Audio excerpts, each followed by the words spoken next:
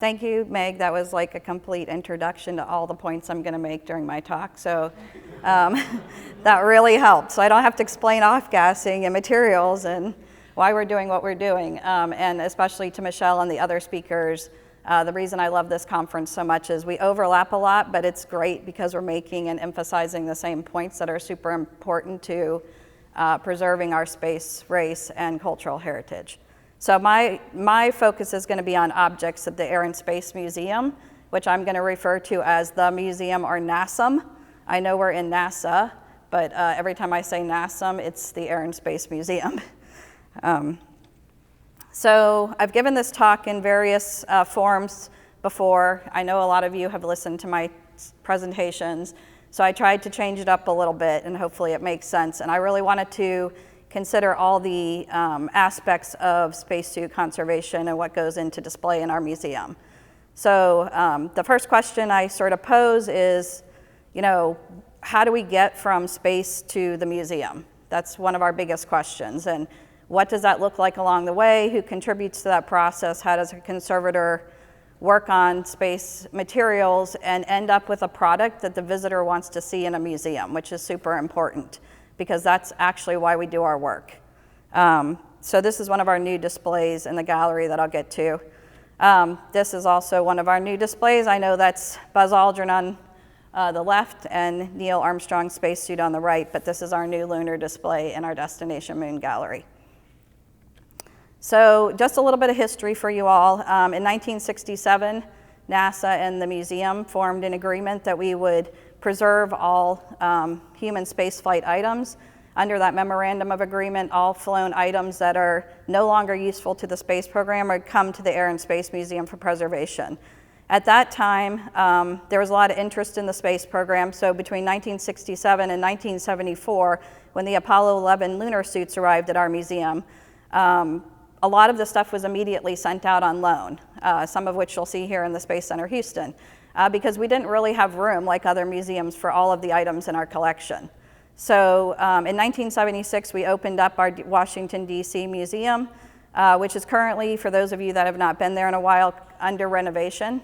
We're opened half of the museum in 2022, and we're about to finish the next two phases of the renovation in our grand opening for the 50th anniversary and the entire museum will be in 2026. So if you get a chance to come to Washington, D.C., in July of 2026, that's our goal. In 1987, because the Smithsonian had taken in so many collections and there was so much stuff in storage and their resources were low, the Smithsonian demanded that each museum do an inventory of the collection. And we call it the Great Count, if you look in the archival documents.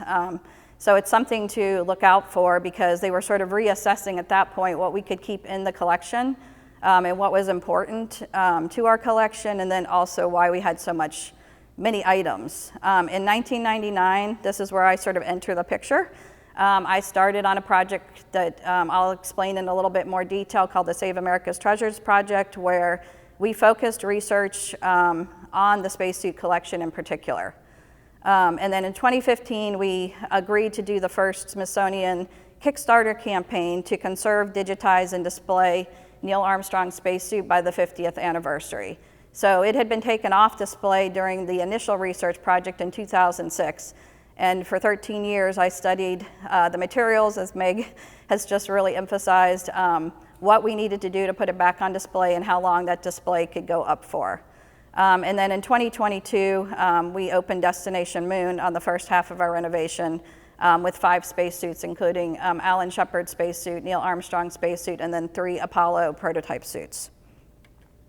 So when I was thinking about what I wanted to say today, I've recognized over my past 20 years of reflection that a lot of things go into the conservation and display of spacesuits. It's not just the practical and technical side of doing my work. And I really want to talk about this and speak to some of these processes and the people involved. I had a lot of trouble putting number 6 as the stakeholders because I feel like stakeholders, as we've heard this morning already, are so important to everybody's work that I can't really leave them to the end, but that's when I'm going to address them. So as we've heard this morning, you have to start with what you have. I get a lot of questions about displaying spacesuits helping other museums and helping people with their work, but they don't often know what actual spacesuit they have. We have 280 suits in the National Collection. Most of those are not the flown historic suits. That only comprises 45 of the suits. So the rest of those suits are all prototypes, developmental, engineering models, backup training suits. So there's a lot of different types of spacesuits in the collection, all the way up through Skylab program, some EMU pieces, but mostly it's the earlier suits that were collected. So because of the reusable programs past the 1980s, we don't have flown historic suits of that time period yet. The suits were made with 21 to 24 materials, and DuPont coined the 21-layer spacesuit claim to fame because they produced a lot of the materials that were new in the 1950s and 60s for the space program. And a lot of these materials we didn't really have in household or military use before this time, like Velcro or Mylar, or all the things that your children and my children love, you know, helium balloons and Velcro on their shoes. This is all new to the space program. So a lot of these materials, as Michelle brought up this morning, cultural heritage was not considered new because, was not considered worth saving or preserving at the time we got them at the museum because these materials were brand new. But we have seen over time that they have aged and degraded and need just as much preservation as, you know, the Mona Lisa or any of these other antiquities across the world. And that's sort of the awareness that we're trying to make people understand right now with our work. The other materials, which I'm really anxious to look at the database now, that we find on spacesuits are the external components, which are the portable life support systems. All of the tubing was made from polyvinyl chloride, which we know is bad and can cause problems not only on display, but just long-term in our own environment. So we've removed those from the suits. That's the external tubing. The neoprene latex blend rubber was not given an antioxidant until the 1970s Apollo 14 mission. So all of the rubber prior to that is having serious issues. Serious issues to the point where there's archived documents at the Smithsonian stating that 5 years after we received the collection, a scientist proclaimed to our museum that they were no longer useful for display because the rubber was so degraded. So we've been working towards that effort to change that mindset ever since. Polycarbonate, anodized aluminum hardware, beta cloth, which is the silicone outer covering layers, and then the silicone rubber fingertips that are notorious for those lunar gloves and the boot soles that made the moon prints. So these are the first displays that we have at the Smithsonian documented. The Apollo 11 suits came to us after the 50-state tour that NASA traveled around the United States to each capital after the moon landing, celebrating the achievements of that significant event. And then the suits were brought to the Smithsonian and immediately put on display in what was our Arts and Industry building at the time until our museum opened up. And then afterwards, the museum showcased a lot of the artifacts throughout the time period from 1976 to the mid-1990s, and what I'm calling the diorama dilemma, because we know people love to see spacesuits doing things, but they're not props, they're proper artifacts. And so I'm really sort of on a campaign to be able to bring something to the public that's more desirable to see than a spacesuit sort of just stuck up in a case. But we're not going back to the diorama phase where there's a lot of research that backs up that we can't control that environment around them, that they need to be preserved. So materials, as we've seen already this morning, include a lot of them. During my survey in 1999 of the collection, we really identified these three problem areas: the PVC tubing, the rubber neoprene blend of the bladder, and the other components of the spacesuits, along with the anodized aluminum alloys, which were already showing significant and advanced corrosion problems. So during the Save America's Treasures project, which lasted from '99 to 2006, we were able to look at all the spacesuits. We even recalled suits that were out on loan back to our museum and did a study of them. We looked at these individual materials. We came up with recommendations for long-term storage and display. We discussed at length the challenges of conserving composite objects that are made of complex materials. and did a lot of research and publications at that time on the materials, which I'm happy to provide bibliographies to people, but I don't have time to go into that right now. And then the ethical considerations that went along with doing this work. So one of the bigger studies that we revisited in 2014 was the advanced corrosion we were seeing on all the aluminum fittings. Not all of them have this problem, but many of them do because of the proximity of the aluminum to the rubber components, which catalyze this chloride-induced corrosion that you're seeing. So we hosted an international conference in 2014 at the Smithsonian, the first of its kind with 29 publications on aluminum corrosion. That is available as a PDF online I can provide to people, but trying to study what we could do to aluminum. Many of you know in the audience that corrosion inhibitors that people use in military and other facets of life are not available to conservation because they're toxic, so we can't use them to control this corrosion. So we're still searching for sort of an answer to them without trying to disassemble these units. I will tell you that none of the lunar suits are suffering from this, so if anybody's worried about the 12 moon suits, we don't see this problem on those gloves. This is a lot of the earlier ones, the Gemini and Mercury program in particular.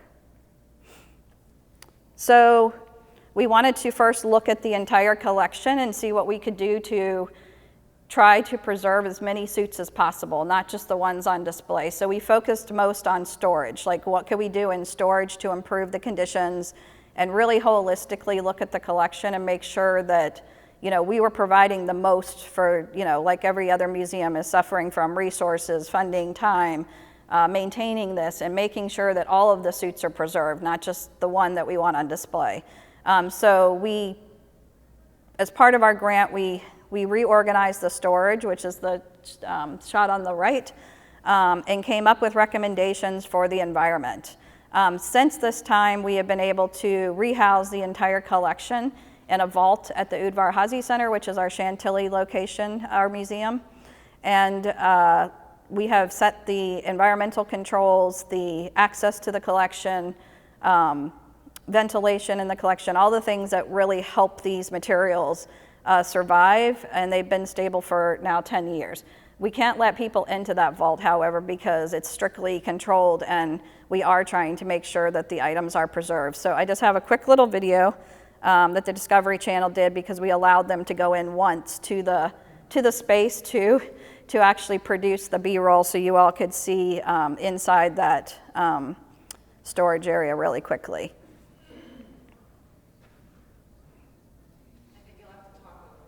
So this is the spacesuit vault at our Udvar-Hazy Center under lock and key. It says cold storage, but you're actually passing through cold storage. Some of the myths about spacesuit rubber from the earlier publications and prior to my study emphasize that we should put everything in cold storage, which actually does not help spacesuit rubber and rubber in general because it's already reached its crystallization temperature and in its degradation state. So for new rubber, that would slow down that process. But when you already have something that's starting to degrade, you can't reverse it. You can't return it to a flexible state from this hardened state if you put it in completely cold storage. We use these coffin boxes to move the entire collection from our Garber facility in Suitland, Maryland to the new facility. We had each suit on its own handling tray and its own box. Labeled. We moved all 280 suits with our own staff to their new facility and then put them on these individual prepared trays. This spacesuit collection is now organized by mission, size, type, materials, so we can go in there often and assess what's going on and look at the collection. So my standards came out in 2001, which I'm starting to revisit. In a 25-page booklet that is available to anyone that wants it. But it really outlines the temperature, relative humidity, light, ventilation, handling requirements, and physical mount that you need to preserve the collection. So we were able to accomplish this in our storage, focusing on the fact that the relative humidity has to be at 35% or below. And that is because polymers off-gassing will continue to off-gas plasticizers above this temperature, above this RH and also will impact the aluminum corrosion, which has a high copper content. So you're going to get the corrosion continuing in that cycle.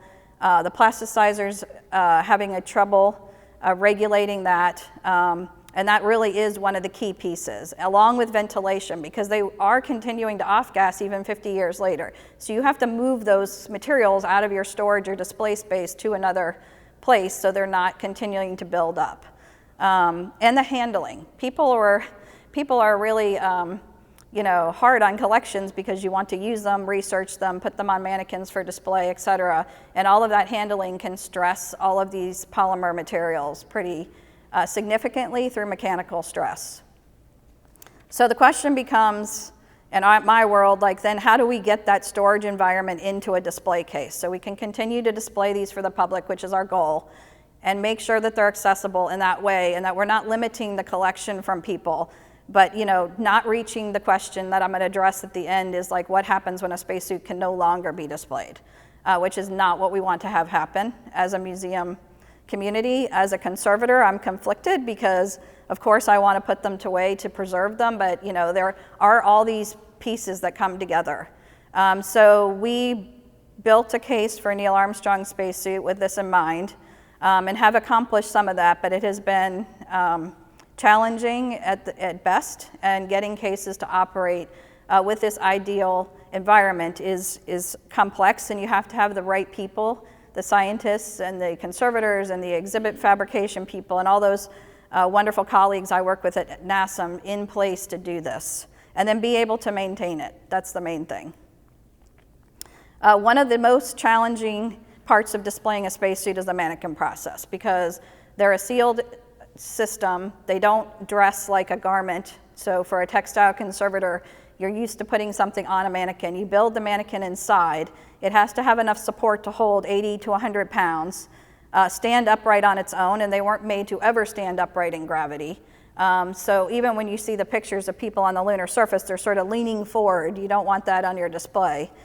There's some wonderful displays out here in the gallery you'll see, and you can look at some of their collections.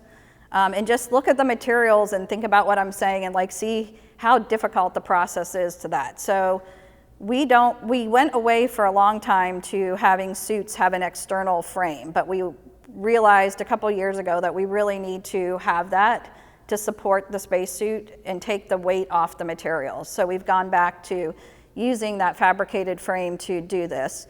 We also started looking a lot more at our historical images of people using the suits, wearing them, looking at measurements of the astronauts if they're related to a mission or particular person, and integrating that all into our design process. And also, we have these fun mount sheets we do that give details to everybody handling it for the installation and any part of putting it on display that would impact the mannequin. Because as you'll see here, it takes several people to put a spacesuit on display, because if you start changing the orientation of the suit when you're handling it, the mannequin starts to bend inside, or you'll get a joint that gets loose, and then you have to get back in there with your tools, which is difficult to adjust the mannequin. So these are some of our installation shots of us working on our new gallery. It took a large team of people, and we have to wear PPE at all times because our galleries are in a construction zone. So that's why we're dressed sort of in full gear. And then this is one of our new displays. So not all the displays, as you see, have the helmet and gloves on. That was one of the things that we really recognized during the initial SAT project, is that putting those back on spacesuits for several reasons was causing some of the problems down the road, because it sets up a microenvironment inside the suit, causing those off-gassing to be less ventilated. They also get stuck over time. If anyone has tried to remove or install a helmet or glove on a suit that's 50 years old, the disconnects don't work the way they did, much to Meg's comments on the lubricants, the adhesives, the gasketing, all of those things that they use that are starting to degrade as well. But some of them are also just too fragile at this point. We want the public to see them, so we've come up with other ways.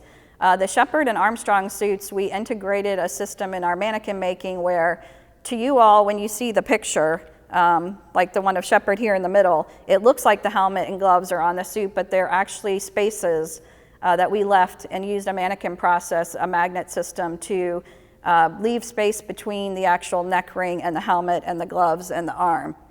And so we just wanted to give sort of the public the perception of what the suit would look like, but not jeopardize any of the preservation needs of that materials. So the last 3 slides I just want to show quickly is like we've talked about many of the technical and practical aspects of conserving and displaying and storing spacesuits, but there's these 3 other areas that I feel are really important to my work and that have really helped me throughout the last 3 decades really accomplish what I do as a conservator, and I could not be more grateful to the people that I have been able to work with. So first of all are my stakeholders. This can be the astronaut that comes to visit. It can be the seamstresses who made the gloves that Neil Armstrong wore on the moon that came back to see them. It can be the people at the companies and industry who supply the technical documents to me and all of the information from NASA on the materials and how they made the rubber and why the rubber wasn't working during certain time periods and then when it did work. And then of course there's the public. You know, the public is my biggest advocate and also stakeholder because, you know, we're all doing this for them and they have to be pleased when they come to the museum and want to share that with their friends and family and come back. But we also want to make them aware of what they're seeing and like how complex that was to put it on display. And then there's the public outreach aspect of my work, which I love. I don't always have time for, but I do it when I can, where we do filming and videos and invite people in. And the Kickstarter was a big aspect to the public outreach. And you know, everybody sort of asked me, like, ethically, how did I feel about being a conservator and being thrown out there on Kickstarter to advocate for my work and, you know, do all this filming and things. But, you know, I said at one point, I was like, the national news is talking about the return of Neil Armstrong's spacesuit to the Air and Space Museum. The display was opened up by the Vice President of the United States, and in every person's media attention, the word conservation was used. And they heard it for the first time. This is not restoration. This is conservation because we're preserving this history and memorializing everybody that went into this program, as people have said this morning, and the astronaut that wore that suit. And that was super important to me as a conservator because for people to understand that all over the world, that really helps our moving forward with cultural heritage and preservation in our field. And then there's the future. So what really does happen if a spacesuit will become available and it won't be able to be displayed any longer? We need to talk about that a little bit. Maybe not today. I'm happy to share that on lunchtime break and in the future. But we are digitizing the collection. We have a great resource at the Smithsonian where if you go on to the 3d.si.edu website, they are starting to digitize the collection. Neil Armstrong spacesuits on there. For download, there's the command module. You can crawl in and out of it. We did the entire Apollo 11 command module. We also 3D printed these Neil Armstrong statues that were at all the ballparks during the 50th anniversary but have made their way into museums. And that gives people the chance to still be with a spacesuit, pose with it, touch it, interact with it, engage, but not with the real artifact that's behind the case. And then we had this traveling show that we did with one of our Smithsonian associates in the 90s, and they were nice enough and really wanted to educate people why we don't travel a spacesuit on our traveling exhibitions. So we brought Apollo 11 50th anniversary tour through Houston here. We had the Apollo 11 command module. We had pieces of spacesuits in climate-controlled cases, but we did not have an entire suit. It was just too much to travel that with the rest of the objects. And then that's all I have. You guys can reach out to me anytime. I really appreciate your attention and everybody in the room. I mean, there's so many people here that have worked with me on projects and continue to work with me, and I appreciate that. It's a team. I recognize it's a team. I could not do this without any one of you. And I love this poster from NASA. It's one of my favorite, like, we're gonna go to the moon as a team posters. So I always use that to say thank you, and especially to everybody in the program who continues the human spaceflight program. So thank you.